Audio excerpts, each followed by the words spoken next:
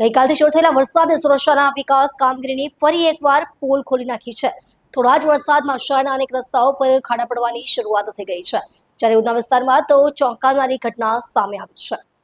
ઉધના ગામ વિસ્તારમાં આજે 50 ફૂટના અંતર સુધી આખા રોડના પટ્ટા પર વિશાળ ભૂવો પડતા અફરાતફરીનો માહોલ સર્જાયો હતો। આ દરમિયાન ત્યાંથી પસાર થઈ રહેલી એસટી બસનો આગળનો ભાગ અચાનક ભૂવામાં સમાઈ જતા મુસાફરોમાં ભય ફેલાઈ ગયો હતો। સદનસીબે કોઈ જાનહાનિ થઈ નથી, પરંતુ ઘટનાએ રોડની ગુણવત્તા અંગે ગંભીર સવાલ ઊભા કર્યા છે। સૂત્રોના જણાવ્યા મુજબ થોડા દિવસ પહેલા જ મહાનગરપાલિકા દ્વારા આ રોડનું કામ કરવામાં આવ્યું હતું, તેમ છતાં પ્રથમ જ વરસાદમાં રોડ ધસી પડતા કામગીરીની ગુણવત્તા સામે પ્રશ્નાર્થ ઊભો થયો છે।